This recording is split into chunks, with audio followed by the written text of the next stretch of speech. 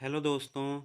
आज हम पढ़ेंगे अमेरिकी स्वतंत्रता संग्राम के महत्वपूर्ण बहुविकल्पीय प्रश्नों का संग्रह, जो कि 9वीं क्लास के इतिहास का दूसरे अध्याय से संबंधित है। और इन प्रश्नों को हम याद करने का भी प्रयास करेंगे। तो चलते हैं अब अपने प्रश्नों की ओर। तो मेरा ये पहला प्रश्न है, अमेरिका में सर्वप्रथम किन देशों ने अपना वर्चस्व स्थापित किया? इंग्लैंड और फ्रांस, तुर्की और पुर्तगाल, इटली और जर्मनी, या इनमें से कोई नहीं? तो फ्रेंड, इंग्लैंड और फ्रांस के देशों ने ही अमेरिका में सर्वप्रथम अपना वर्चस्व स्थापित किया था। तो इसका सही आंसर हो जाएगा ऑप्शन ए। इसे टिक करेंगे और अब बढ़ेंगे अपने दूसरे प्रश्न की ओर। मेरा दूसरा प्रश्न है, अमेरिकी उपनिवेश में ब्रिटिशवासी किस मत को मानते थे? ऑप्शन ए एंग्लिकन मत, ऑप्शन बी कैथोलिक मत, ऑप्शन सी समाजवादी मत, या डी इनमें से कोई नहीं। तो दोस्तों, जो ब्रिटिशवासी थे अमेरिकी उपनिवेश में एंग्लिकन मत को मानते थे, इसलिए इसका सही आंसर हो जाएगा ऑप्शन ए एंग्लिकन मत। और मेरा ये तीसरा प्रश्न होगा, इंग्लैंड और फ्रांस के बीच सप्तवर्षीय युद्ध कब हुआ था? तो दोस्तों, ये प्राय आप लोग भी इस क्वेश्चन का आंसर जानते होंगे कि 1756 से 1763 ईस्वी तक इंग्लैंड और फ्रांस के बीच सप्तवर्षीय युद्ध चला था। तो इसलिए इसका सही आंसर ऑप्शन ए टिक करेंगे और बढ़ेंगे अपने अगले प्रश्न की ओर। दोस्तों, मेरा ये अगला प्रश्न है, फ्रांस की पराजय ने अमेरिका वासियों की स्वतंत्रता की इच्छा को भड़काया, यह बात किसने कहा? तो option A professor Pollard, option B Grenville, option C Adams, या ऑप्शन डी इनमें से कोई नहीं। तो दोस्तों, इसका भी सही आंसर ऑप्शन ए ही होगा, क्योंकि प्रोफेसर पोलार्ड ने ही ये बात कहा था कि फ्रांस की पराजय ने अमेरिका वासियों की भी स्वतंत्रता की इच्छा को भड़काया था। अमेरिका वासियों के अंदर भी राष्ट्रीयता जगी थी और ग्रेट ब्रिटेन के तहत स्वतंत्रता क्रांति अमेरिकी स्वतंत्रता संग्राम की शुरुआत हुई। इसलिए इसका सही आंसर ऑप्शन ए होगा। और इस तरह से अब मेरा अगला प्रश्न है, अमेरिकी उपनिवेशवाद का बुनियादी सिद्धांत क्या था? तो दोस्तों, इसका आंसर मैंने लिख के दिया है। ये सभी क्वेश्चन भी अब सारे क्वेश्चन का डायरेक्ट आंसर मैं दूंगा, लेकिन ये भी ऑब्जेक्टिव क्वेश्चन ही हैं और ऑब्जेक्टिव फॉर्म में ही पूछे जाते हैं। तो इस तरह से इसका आंसर होगा, उपनिवेशों के आर्थिक शोषण और उनके संसाधनों के दोहन का अधिकार सिर्फ मातृदेश को है। यानी कि अमेरिकी उपनिवेशवाद का बुनियादी सिद्धांत यही था कि जो अमेरिका के आर्थिक शोषण और उन वहाँ के संसाधन हैं, उनका अधिकार सिर्फ मातृ देश को ही है। और इसलिए अब बढ़ेंगे अब अगले प्रश्न की ओर। मेरा अगला प्रश्न है, अमेरिकी उपनिवेश का मध्यम वर्ग किसका अंत चाहता था? यानी अमेरिकी उपनिवेश में मध्यम वर्ग किसका अंत चाहता था? तो इसका आंसर होगा इंग्लैंड के कुलीन वर्गीय शासन का।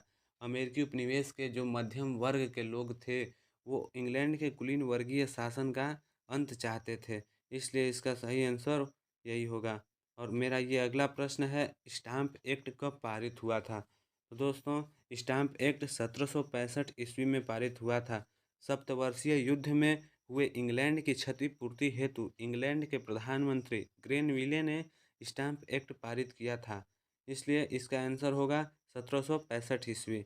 और मेरा ये अगला प्रश्न है, स्टाम्प एक्ट के क्या प्रावधान थे? तो दोस्तों, स्टाम्प एक्ट के प्रावधान थे, अदालती कागजों अखबारों पर 20 शिलिंग का स्टाम्प लगाना था। यही ग्रेनविले का आदेश था। और मेरा ये अगला प्रश्न है, अमेरिकी उपनिवेश वासियों पर उपभोक्ता की वस्तुओं पर कर कब लगाया गया था? तो दोस्तों, अमेरिकी उपनिवेश वासियों पर उपभोक्ता की वस्तुओं पर कर 1767 ईस्वी में लगाया गया था।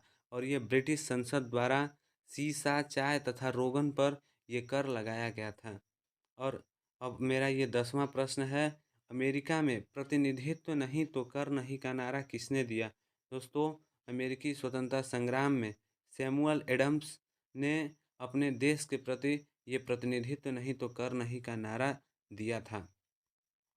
और ये मेरा अगला प्रश्न है, स्वाधीनता के पुत्र एवं स्वाधीनता के पुत्री जैसी संस्थाएं किसने स्थापित किया था? तो दोस्तों, इसका आंसर होगा, अमेरिकी उपनिवेशवासियों ने ब्रिटिश सरकार के विरोध में, ब्रिटिश सरकार की कार्यवाहियों के विरोध में स्वाधीनता के पुत्र एवं स्वाधीनता के पुत्री जैसी संस्थाएं स्थापित किए थे। इस तरह से इसका सही आंसर यही होगा। और दोस्तों मेरा अगला प्रश्न होगा, शक्ति के पृथक्करण सिद्धांत किसके द्वारा दिया गया है?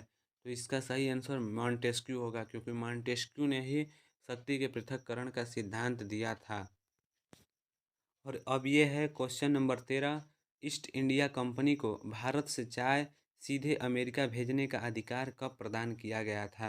दोस्तों ईस्ट इंडिया कंपनी को भारत से चाय भेजने का अधिकार 1773 ईस्वी में प्रदान किया गया था और इसे चाय कानून का नाम दिया गया। तो और इसका सही आंसर होगा 1773 ईस्वी। और ये है क्वेश्चन 14। बोस्टन टी पार्टी कहाँ की घटना है? तो दोस्तों बोस्टन टी पार्टी अमेरिका के बोस्टन बंदरगाह की ही घटना है, जो कि भारत से ले गए चायों पेटियों को वो समुद्र में फेंक दिया गया था नाव से उतार करके।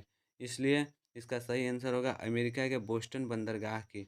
और ये मेरा 15वां क्वेश्चन है, अमेरिका के फिलाडेल्फिया शहर में एक महादेशीय सम्मेलन कब आयोजित किया गया था?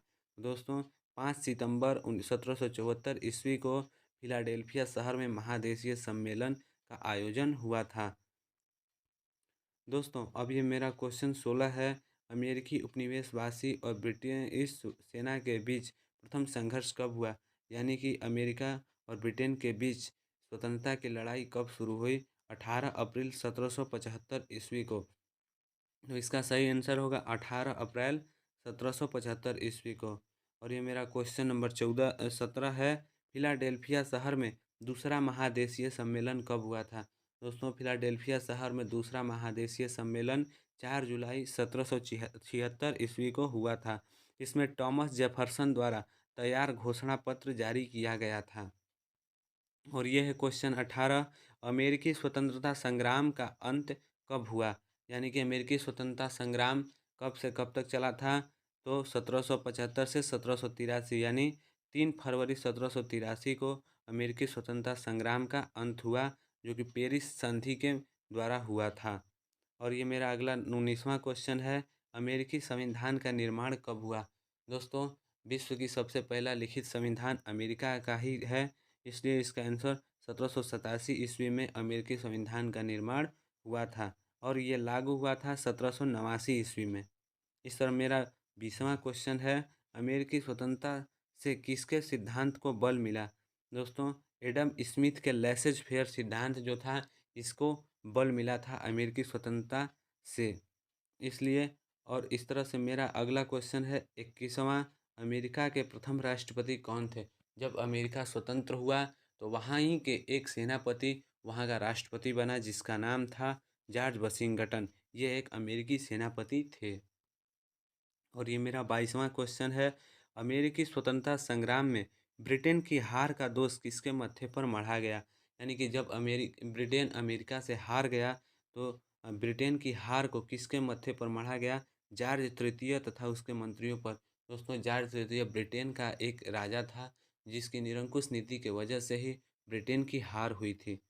और और मेरा ये अगला प्रश्न है, आयरलैंड की संसद को स्वतंत्र स्थान कब प्राप्त हुए? तो इसका आंसर होगा 1782 ईस्वी में, यानी 1782 ईस्वी में आयरलैंड की संसद को स्वतंत्र स्थान प्राप्त हुआ था।